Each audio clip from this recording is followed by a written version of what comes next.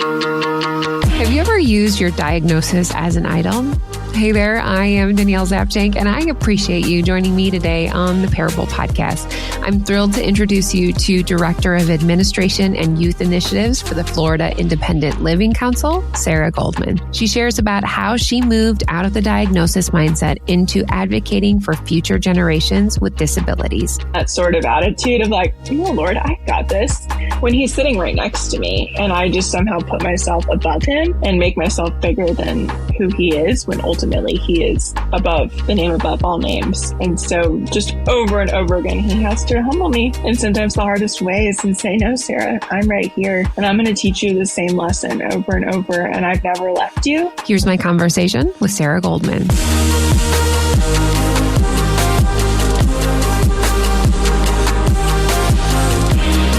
Thrilled to introduce you to Sarah Goldman. Sarah and I met through a coaching call. She has hung out with us at Women Speaker Collective Boot Camp. And so I am thoroughly excited to hear your story, Sarah.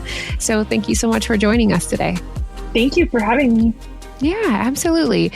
Sarah, I'd be curious to know, is there a time, like if you're looking through like the last couple of months of your life, where you felt like, okay, I feel like I'm in the right place at the right time? Or is that like, no, that never happens to me?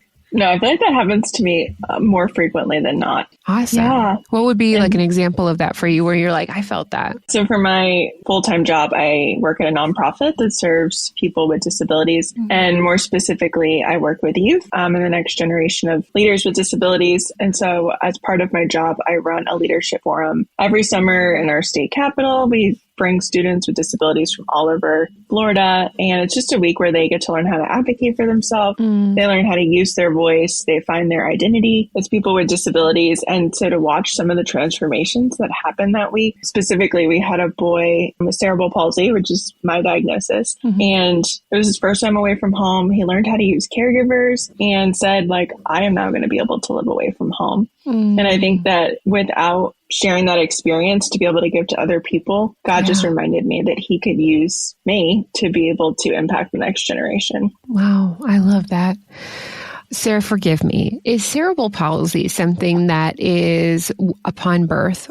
Yeah, it is a birth injury. Okay. My story is kind of unique. And this is another way I feel like God has really shown up in my life and just taught me that my identity is in him and not a diagnosis. But I was a full-term birth. So usually people that have cerebral palsy are born prematurely or they have lack of oxygen to the brain. And there's usually a lot of complications. And for me, I was just pulled out with forceps. And so I was a full-term baby. I was talking way too much, but I wasn't hitting other developmental milestones. And that's how my parents knew that something was off. But to this day, we'll never really know what happened because my story is so different, but God's given me a lot of peace in that. I love that for you. Sarah, talk to me a little bit about what community looks like for you. What does community mean to you as well? Community for me is kind of twofold. It's like the disability community, but then also knowing that I can have a community outside of disability and that that's so healthy and so needed. And so I do have several close friends with disability. I'm actually the co-visionary of Even If Ministries, which is an online ministry that serves women with physical disabilities and chronic illnesses from across the globe. And so that's a huge community for me. And we do weekly Bible study, worship nights. We have a big conference in April. Everything is done virtually for the women with disabilities. And then community just day in and day out in my hometown is from church. And I lead a community group and I'm so thankful to just be plugged in with some really solid Christian women. You know, you talked about advocating and also that younger generation. And you also said, I love that you said it was like through him, it wasn't just about a diagnosis, that your identity is found in Christ. And like, did that advocacy part, was that always a part of your story? Is that something new that has been encouraged and has flourished over the last couple of years?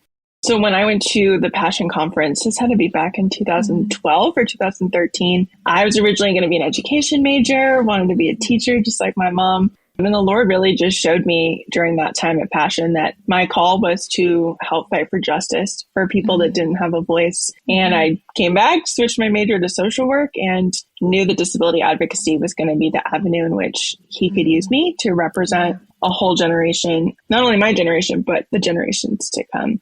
Sarah, would you say that Jesus was known for you at a young age, or did that come later on? It came later on. I actually didn't become a believer until I was in college. Okay. I grew up in a family, I was raised Catholic, and my dad is actually Jewish. So I was raised Catholic, got baptized and confirmed in the Catholic Church. And it wasn't until college that I thought that I was just seeking something more. Like I'd always knew in the back of my head, like, well, God is real. You grew up Catholic, but didn't know what it meant to have a relationship with Jesus. And so through community and through just Bible studies, I was able to discover more of who he was and how his transformation could happen in my heart. Sarah, the Parable podcast is really about a place for stories. And I mean, you already shared like 3 right there, but I think it's so good for us to take a moment to reassess, look at our life and be like, okay, I see where in this certain season, this certain part of my life that God had taught me a lesson. So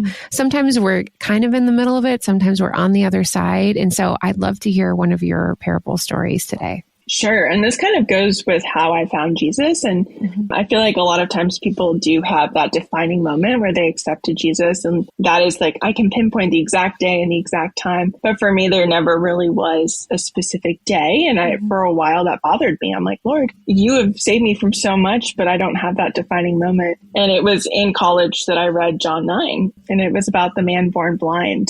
In verse 3, where it says, neither this man nor his parents sinned, said Jesus, but this happened so that the works of God might be displayed in him.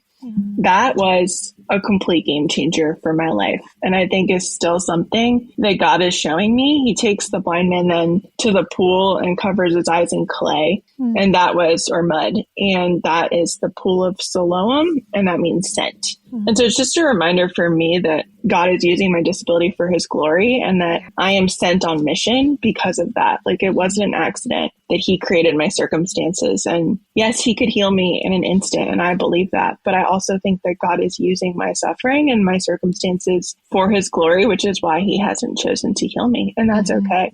You know, you say using my suffering, but I'm sure that that wasn't like an overnight, like, great, I'm so thrilled about this. Talk to me a little bit about how you, Sarah, have processed using your suffering. And I'm sure that is over the course of time. What does that look like for you?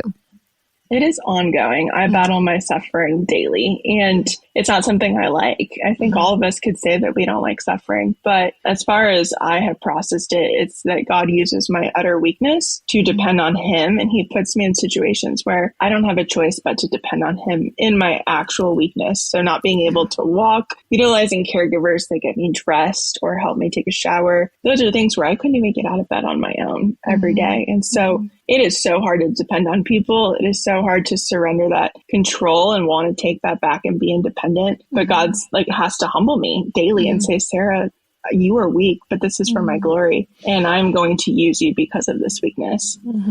Now, before you ever came to understand a relationship with Jesus, you know, you said it was a college age. What was that part of your life like? How was the day-to-day feelings? Did you have this sense of hope, or did you feel like you were like searching for this over and over? I felt like I always had some type of optimism. Like I've always just been a very optimistic person, but there was never that peace. So I remember feeling very bitter about things. I remember feeling more hopeless or depressed, but always trying to keep that, but everything's going to be okay attitude. But then when I came to know Jesus, it was like, I have this hope that regardless of what happens in my life, like that hope is so firm and so secure that it cannot be taken from me. And it doesn't mean that I don't get discouraged or I still don't get mad, but knowing my hope in the midst of my circumstances, I honestly don't know how I did that before coming to know Jesus.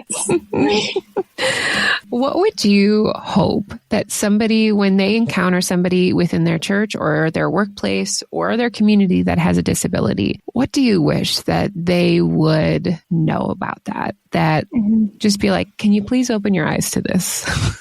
So many. We could have a whole podcast on that. In very specifically in church settings too. But I think the number one thing I would say is that just treat a person as a person. It doesn't matter their developmental level. It doesn't matter their level of physical ability. Everybody has the concept of understanding the gospel, even in the most simple ways. And nobody is disqualified from hearing the gospel. And so I just feel like more churches in particular need to know that because we all want salvation for the people that we know and are in community with. And it's just as important for the disabled population. What do you think by working in the job that you have now, working with youth, just helping them find their identity and like in a role of leadership and advocacy, what have you learned about yourself through that role? And also how long have you been in that role? I've been there for 4 years. And before that, I actually worked in our state capitol. I worked for 2 state representatives and was able to help pass some disability legislation here in Florida. So I think with the youth now, it's helping them to know that their identity, yes, people might have told them their whole life that they can't do things. And yes, they might believe all these negative things about themselves, but they do have gifts and talents that I feel like is part of my responsibility to help them find. Because once they know who they are, they can then go and make a change in the world moving forward. You know, you talked about, not being identified just by your diagnosis. If somebody just feels like that's their role to play, that's their title, what would be your encouragement to them to kind of help move them out of that mindset? I think if we're not careful, sometimes our even diagnoses can become an idol. And so for me, like being disabled is part of my life, but it is not my entire life. And so what I would encourage other people to do is really to think about the other components of who they are and how God has made them to be outside of disability or outside of a diagnosis, and to really focus on that rather than idolizing maybe some really hard circumstances. And that's when you just zero in on that and you get tunnel vision and can't see outside of it, that's where bitterness and resentment comes in and often can be used to even be resentful to the Lord. One of the things that I find really challenging for myself is being able to dream and think about the future, just because I love tasks, I love lists, and I'm like, I just want to get stuff done.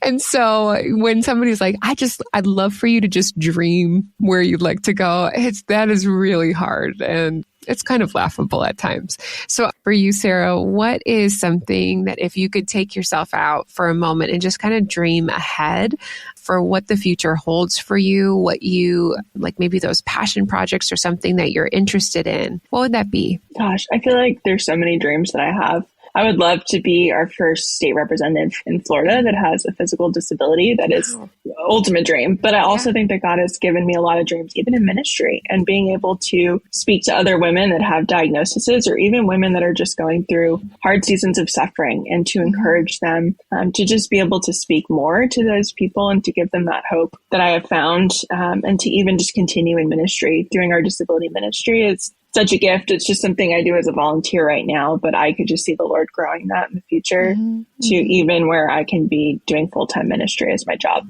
Yeah. How has certain different spiritual practices kind of been a part of your life? Has that changed over time? Things of like, oh, this feels really good for this season. We're like, actually, I don't like memorization, never doing that again. What would be something that for you, Sarah, you find really comforting and helpful for your own spiritual faith? Worship for me is probably the way I feel the most connected to God, and that's listening to worship music as often and in every place that I can. So I feel like that is probably the number one way that I connect to God. I also really feel close to him through being in community and hearing what other believers are experiencing or what they're learning about God in hard seasons. And specifically, I think hearing a testimony of what he's doing in another believer's life gives me that confidence to trust him and believe that he's still moving, even when I don't have that feeling that he's moving. Yeah. So reading the word is obviously so important, but scripture memorization, all that, I feel like it's not as, I don't feel it as much sometimes. It's when I'm either in worship with the Lord or just being in community with other believers. Yeah, absolutely. Circling back to your parents, if you don't mind me asking, you said your mom was Catholic, your dad is Jewish, and now Sarah is a Christian. So what was that process like of sharing your faith with your family? Were they accepting of that? Has it been an interesting catalyst in your relationship? It's something that I really desire to do more of. I think there's always that fear of sharing and being rejected for what I believe, but even to just have opportunities to answer their questions about Christianity, which I'm able to do, or even just teach my parents the understanding of the Bible has been really cool. I would say when I did get baptized in college, that was a big, being in the Catholic Church, well, you've already been baptized and you've already been confirmed Catholic, so you don't need to get baptized again. And explaining to them that that wasn't my decision. That was something that was traditional in the Catholic Church. And this was something that I was choosing for me to really just show my development with the Lord and my commitment to the Lord. And so that was a very hard thing for them to understand. But ultimately, they came around and supported me in that. So I really pray every single day that I could just be a light and the hope to my family. And I know that they can see by the way that I handle certain circumstances due to disability that just doesn't make any sense, because I should be upset about things. I should be, bitter, as the world would say. But I think even just through my actions in that shows them a light that they haven't seen. Sarah, tell me more about, you had said you are a co-visionary on Even If, and I'd love to hear more about what that is. Yeah. So my friend Renee Dahlin-Mayer, she started during COVID a 4-week Bible study for just women locally in Ohio that had disabilities. And it actually ended up going way past those 4 weeks. And it has now grown into a ministry. We have hundreds of women that join us around the world. We have girls in Canada, girls in Europe, and it's not often that you find a community of believers or even non-Christian women that have so many varying diagnoses, but that's what brings them together. And so, yes, I have been in disability community my whole life, but to find a space where disability and faith combine for women is just something I cannot even explain how special that is. So just doing retreats and having speakers come in that have disabilities to encourage us, and even just getting to be a light and help women understand their identity in Jesus through disability and through suffering has been such a gift. How has watching, obviously you have your own idea and feelings on suffering, but when you look at the Bible, and there's a lot of suffering in there, what does that mean? How have you grown from that? What have you learned from those messages of suffering in the Bible? It provides comfort for me, ultimately, but I think we can all be human and say that when we're in a season of suffering, we are rebelling and we don't really want to understand what the Lord is teaching us in our circumstances. And so for as often as I do have to battle that suffering, I am also a human that is in my flesh that wants to rebel and say, I'm going to be a little brat, Lord, and I don't want to understand what you're doing, and I'm going to go my own way.